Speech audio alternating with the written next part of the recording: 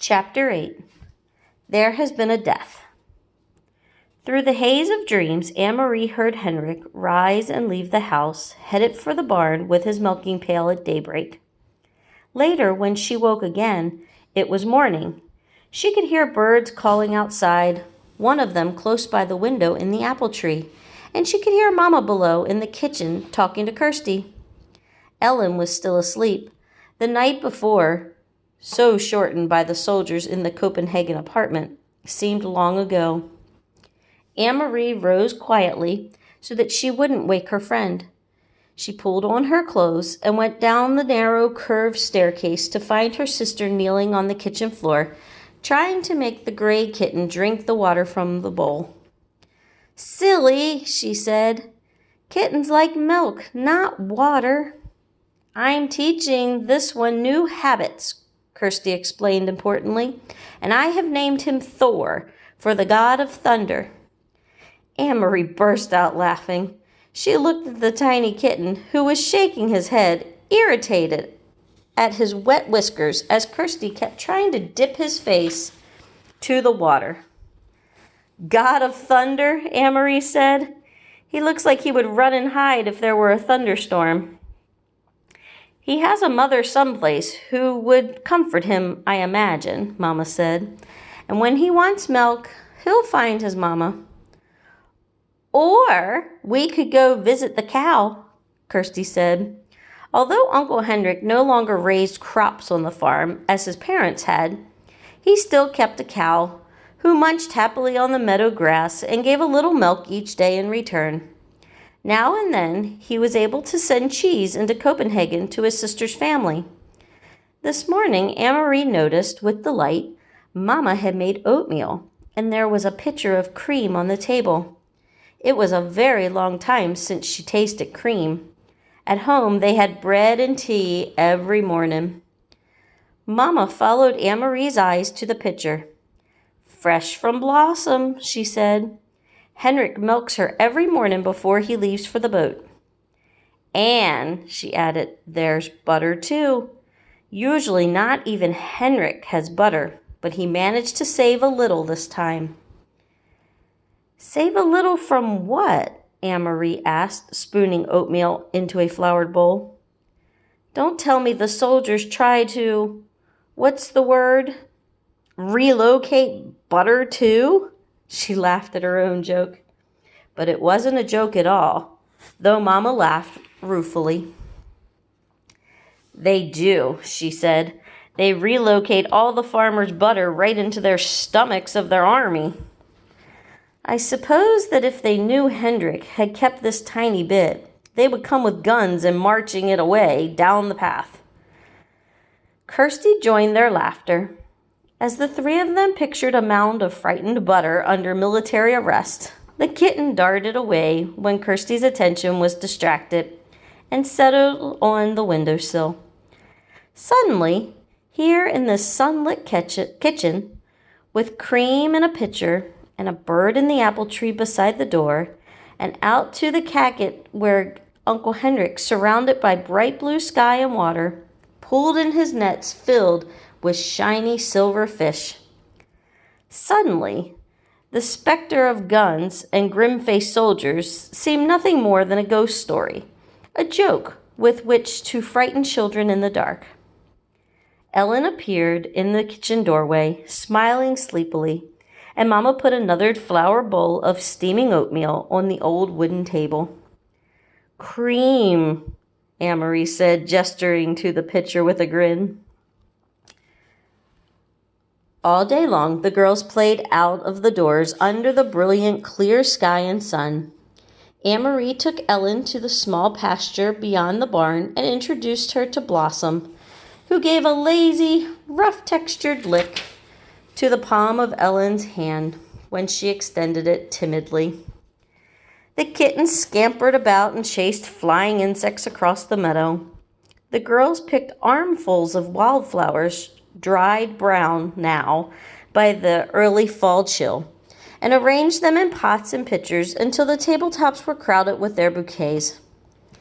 Inside the house, Mama scrubbed and dusted, tisking at Uncle Hendrik's untidy housekeeping. She took the rugs out to the clothesline and beat them with a stick, scattering dust into the air. "He needs a wife," she said, shaking her head and attacked the old wooden floors with a broom while the rugs aired. "Just look at this," she said, opening the door to the little used formal living room with its old-fashioned furniture. "He never dusts." And she picked up her cleaning rags. "And Kirsty," she added, "the god of thunder made a very small rain shower in the corner of the kitchen floor. Keep an eye on him."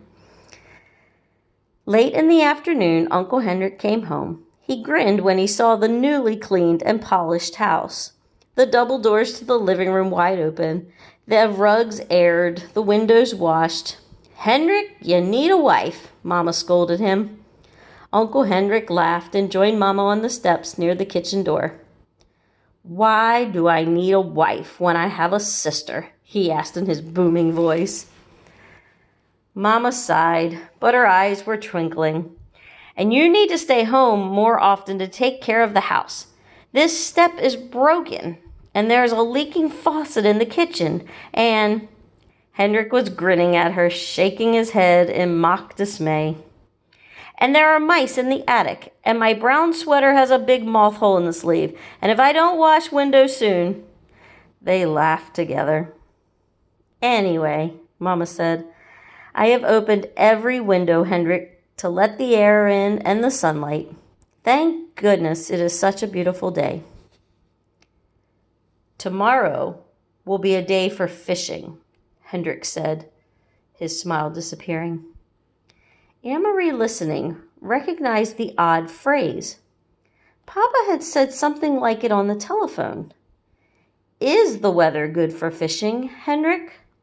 Papa had asked. But what did it mean? Hendrik went fishing every day, rain or shine. Denmark's fishermen didn't wait for sunny days to take their boats out and throw their nets into the sea. Anne-Marie, silent, sitting with Ellen under the apple tree, watched her uncle. Mama looked at him. "The weather is right?" she asked. Hendrik nodded and looked at the sky. He smelled the air. "I will be going back to the boat tonight after supper. We will leave very early in the morning. I will stay on the boat all night." Anne-Marie wondered what it would be like to be on a boat all night, to lie at anchor, hearing the sea slap against the sides, to see the stars from your place on the sea. "You have prepared the living room?" Uncle Hendrik asked suddenly. Mama nodded. "It is cleaned, and I moved the furniture a bit to make room." "And you saw the flowers?" she added. "I hadn't thought of it, but the girls picked dried flowers from the meadow." "Prepare the living room for what?" Anne-Marie asked. "Why did you move the furniture?" Mama looked at Uncle Hendrik. He had reached down for the kitten, scampering past, and now held it against his chest and scratched its chin gently. It arched its small back with pleasure. "Well, girls," he said, "it is a sad event, but not too sad, really, because she was very, very old. There has been a death, and tonight your great-aunt Bertie will be resting in the living room in her casket before she is buried tomorrow. It is the old custom, you know, for the dead to rest at home and their loved ones to be with them before burial." Kirsty was listening with a fascinated look. "Right here?" she asked. "A dead person, right here?" Anne-Marie said nothing. She was confused. This was the first she had heard of a death in the family. No one had called Copenhagen to say that there had been a death. No one had seemed sad. And most puzzling of all, she had never heard the name before. Great Aunt Bertie. Surely she would have known if she had a relative by that name. Kirsty might not. Kirsty was little and didn't pay attention to such things. But Anne Marie did. She had always been fascinated by her mother's stories of her own childhood. She remembered the names of all the cousins, the great aunts and uncles, who had been a tease, who had been a grouch, who had been scolded that her husband had finally moved away to a different house, though they continued to have dinner together every night. Such wonderful, interesting stories filled with colorful personalities of her mother's family. And Anne Marie was quite certain, though she had said nothing, there was no great Aunt Bertie. She didn't exist.